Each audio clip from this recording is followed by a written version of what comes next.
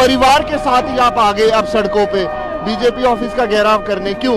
देखिए, ये जब मेरा ही करियर वहां पे सेफ नहीं, जब मैं ही वहां पे सेफ नहीं, मेरे बच्चे का फ्यूचर कैसे सेफ है वहां पे? द लाइव टीवी, सच सबसे आगे। दोस्तों, मैं बात हफीज हूं। कश्मीरी पंडितों ने वो किया है जिसकी कल्पना शायद भारतीय जनता पार्टी ने कभी नहीं की होगी, और गोदी मीडिया ने उसको बिल्कुल ही नहीं दिखाया जिस तरह से दिखाना चाहिए था। आपको जान के हैरानी होगी कि कश्मीरी पंडितों ने भारतीय जनता पार्टी के लिए जम्मू में मुसीबत खड़ी कर दी है। अब कैसे खड़ी कर दी है इसके बारे में आप सोच रहे होंगे। कश्मीरी पंडित जो है वो परेशान है, उनके लिए हालात सामान्य हो नहीं रहे हैं। कश्मीरियों के नाम पे, कश्मीरी पंडितों के नाम पर मूवी बनाकर पैसा कमा के विवेक अग्निहोत्री और अनुपम खेर तो निकल गए हैं, आराम से उनका जो है काम हो चुका है, लेकिन कश्मीरी पंडितों को कुछ नहीं मिला। कश्मीरी पंडितों के हालात वही हैं। कश्मीरी पंडित वैसे असुरक्षित हैं आतंकियों की तरफ से जैसे पहले थे, और भारतीय जनता पार्टी की सरकार पूरी तरह से नाकाम हो गई है। और इसी कड़ी में कश्मीरी पंडितों ने जम्मू में भारतीय जनता पार्टी का ऑफिस, भाजपा का कार्यालय का घेराव किया है। और ये इतना बड़ा मामला है अपने आप में, जिसको सुनकर शायद गोदी मीडिया के हर किसी व्यक्ति को अंतरात्मा की सुननी चाहिए थी, और दिन रात कश्मीरी पंडितों की वो पीड़ा सुनानी चाहिए थी, जिस पीड़ा को लेके वो जम्मू कश्मीर में, जम्मू में भाजपा कार्यालय के घेराव करके नारेबाजी कर रहे हैं। टीवी 9 भारतवर्ष ने डाला है, जम्मू धरने पर बैठे कश्मीरी पंडित, सरकारी कर्मचारियों ने बीजेपी ऑफिस घेरा। जम्मू कश्मीर के उपराज्यपाल मनोज सिन्हा के बयान, अगर आप घर बैठेंगे तो नहीं मिलेगी सैलरी, पर गुस्साए लोग। विवाद क्या है मैं आपको बता देता हूं। पहले इस वीडियो को देख लीजिए, कैसे कश्मीरी पंडित जो हैं वो सरकार, सत्ताधारी दल भारतीय जनता पार्टी के कार्यालय, भाजपा कार्यालय का घेराव करके बैठे हैं, धरना दे रहे हैं। पहले इस वीडियो को देखिए, फिर बताऊंगा मनोज सिन्हा जी ने विस्तार के अंदर क्या धमकी दी थी, क्या वार्निंग दी थी, क्या चेतावनी दी थी कश्मीरी पंडित कर्मचारी जो है सरकारी उनको, जिसकी वजह से ये पूरा का पूरा मामला इतना बढ़ गया है। और अब भारतीय जनता पार्टी जवाब उससे देते नहीं बन रहा होगा। जरा वीडियो देखिए। विरोध प्रदर्शन जो है इन लोगों की तरफ से किया जा रहा है, इन्हीं से हम बात करेंगे। परिवार के साथ ही आप आगे अब सड़कों पे बीजेपी ऑफिस का घेराव करने, क्यों? देखिए, ये जब मेरा ही करियर वहां पे सेफ नहीं, जब मैं ही वहां पे सेफ नहीं, मेरे बच्चे का फ्यूचर कैसे सेफ है वहां पे? मेरे बच्चे का फ्यूचर सेफ होगा। मैं एलजी साहब से आज आपके मंच, आपके चैनल से बोलना चाहता हूं, कृपया मेरे घर कल मत आना। 5 लाख का एक्स ग्रेशियर लेके अगर मैं मर गया, मेरे घर मत आना। एलजी के वो झूठे वादों को हम तोड़ना चाहते हैं, जो उसने आज तक खोखले वादे किए, और जो वो झूठा प्रेस कॉन्फ्रेंस करके पूरे देश की जनता को गुमराह करना चाहते हैं। तो ये ऐसे कई कश्मीरी पंडितों की पीड़ा जो है वो आपको देखने को मिल जाएगी। विषय यह है, कश्मीरी पंडित जो सरकारी विभाग में काम करते हैं, जो परेशान हैं उनकी सुरक्षा को लेकर, जिस तरह से इससे पहले उनको राहुल भट्ट के जो आतंकियों के हमले में शहीद हुए कश्मीरी पंडित, उनकी हत्या के बाद से ही असुरक्षित महसूस होकर उन्होंने काम पे जाना छोड़ दिया था कि अब हमको पहले सुरक्षा दीजिए फिर ही हम ये काम करेंगे।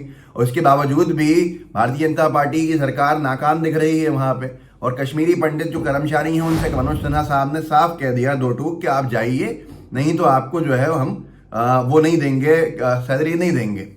अगर आपको जाना पड़ेगा, मतलब कश्मीर में जिस जगह पे असुरक्षित जगह है वहां पोस्टिंग अगर आपकी है तो आपको जाना पड़ेगा, नहीं तो हम तनख्वाह ऐसे घर बैठे आपको नहीं देंगे। अब वहां पर वो अपनी जान की बात कर रहे हैं कि हमारी जान पे बनी हुई है, हम आपको क्या, आप हमको 5 लाख रुपए का कॉम्पनसेशन का चेक देने के लिए आएंगे मरने के बाद? तो बिल्कुल मत आइएगा, हम साफ तौर पे मना कर रहे हैं कि हम आपसे नहीं लेना चाहते हैं। यहां तक के फारूक अब्दुल्ला साहब का बयान उनके समर्थन में। नवजीवन ने लिखा है, जम्मू कश्मीर के पूर्व सीएम फारूक अब्दुल्ला ने घाटी में ड्यूटी ज्वाइन नहीं करने वाले कश्मीरी पंडित को सैलरी नहीं देने के उपराज्यपाल मनोज सिन्हा के ऐलान का विरोध किया है। उन्होंने कहा उन्हें समझना चाहिए कश्मीरी पंडित घाटी क्यों नहीं जाना चाहते। ये पूरा का पूरा विवाद जो है वो अब बढ़ता जा रहा है। इस विवाद की जड़ है, ये एबीपी न्यूज ने डाला था, जम्मू कश्मीर अगर आप घर बैठेंगे तो नहीं मिलेगी सैलरी, कश्मीरी पंडितों को लेफ्टिनेंट गवर्नर की चेतावनी। लेफ्टिनेंट गवर्नर मनोज सिन्हा साहब हैं, जो भारतीय जनता पार्टी की तरफ से उत्तर प्रदेश के लगभग सीएम बन ही गए थे।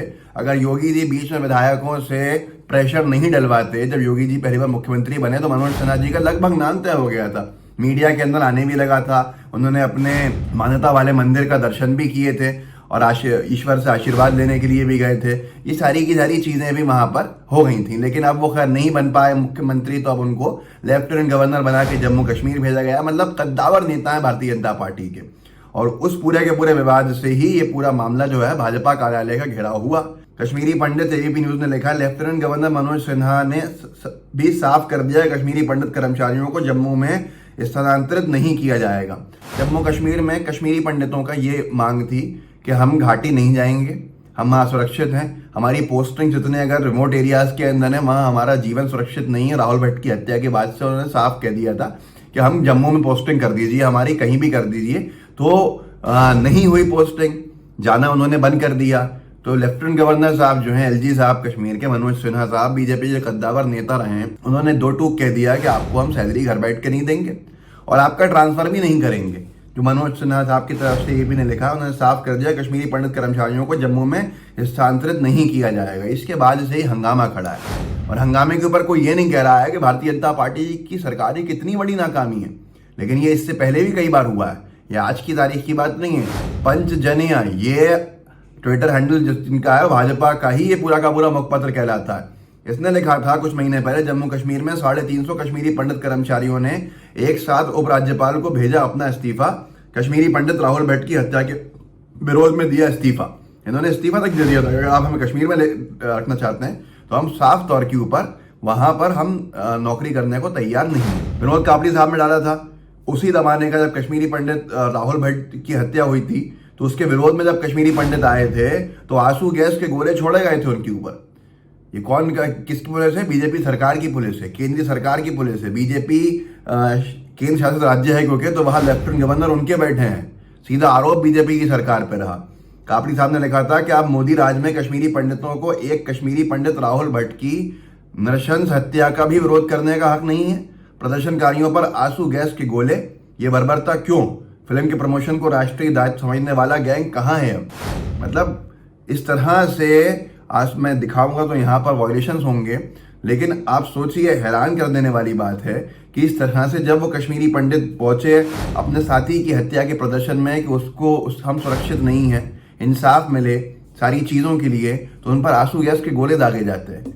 ये हाल है आज भारतीय जनता पार्टी की सरकार के अंदर। और इनसे अगर सवाल कर रहा है कश्मीरी पंडित कार्यालय का घेराव करके भाजपा का, तो वो इतनी बड़ी खबर नहीं है, खास तौर पर रिपब्लिक, टाइम्स नाउ, इन सारे चैनल्स के लिए। और अमन चोपड़ा साहब डिबेट भी इस पे नहीं करेंगे क्योंकि भारतीय जनता पार्टी के जो नेता लोग हैं वो कहेंगे अरे भाई प्रवक्ता बना के भेजा था, क्या करने लगे वहां पर जाके। तो ये आज के हालात हैं। और ये न्यूज़ 18 जम्मू ने भी लिखा है, JNK PM पैकेज को कि कश्मीरी पंडित कर्मचारियों ने सरकार के खिलाफ किया विरोध प्रदर्शन, जम्मू में बीजेपी मुख्यालय के बाहर जमकर नारेबाजी की।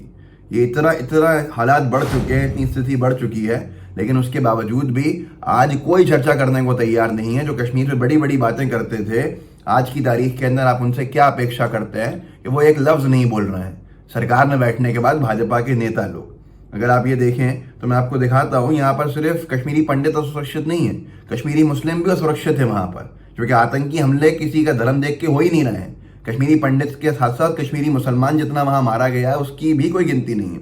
अशोक कुमार साहब ने, अशोक कुमार पांडे मशहूर हैं कश्मीर के ऊपर किताब लिखने वाले, उन्होंने ANI के एक खबर को कोट करके लिखा था जिसमें IG विनय कुमार जो है वहाँ के, उन्होंने ये जानकारी दी थी कि 28 नागरिक मारे गए हैं अब तक इस साल। इनमें से 3 कश्मीरी पंडित, जब राहुल भट्ट की हत्या हुई थी 3 कश्मीरी पंडित, 2 सिख और 2 प्रवासी मजदूर हैं, बाकी 21 कश्मीरी मुस्लिम नागरिक हैं। फिर इसे सिर्फ पंडितों की हत्या कहना कहाँ तक सही होगा? क्यों फैलाया जा रहा है भय? कौन चाहता है कि बच्चों के पंडित भी घाटी छोड़ दें? इतना बड़ा विषय है जिसके ऊपर अगर ठीक से चर्चा हो जाए तो भारतीय जनता पार्टी की सरकार भी जवाब देने लायक नहीं बचेगी। लेकिन चर्चा करनी भाजपा से है ही नहीं भाई। गोदी मीडिया का काम तो यह है कि सरकार का पक्ष लेना, उनका समर्थन करना, तो क्या अपेक्षा करेंगे? ये इतनी बड़ी बात है, आप इसको आगे बढ़ाइए कि कश्मीरी पंडित जो हैं, कर्मचारी जो वर्ग है कश्मीरी पंडितों का, में से सरकारी PM पेंशन योजना, PM योजना के ऊपर उन्होंने अब साफ तौर के ऊपर भारतीय जनता पार्टी के कार्यालय का घेराव कर दिया है। ये क्या बहुत बड़ी बात नहीं है? और क्या उनकी मांगे जायज़ नहीं है? तो इस वीडियो को आगे बढ़ाइए, लोगों को जागरूक कीजिए, व्हाट्सएप ग्रुप्स होंगे उनमें शेयर कीजिएगा, साथ में लाइव टीवी को सब्सक्राइब भी कीजिए और बेल आइकन भी दबाइए। जय हिंद, जय भारत। द लाइव टीवी, सच सबसे आगे।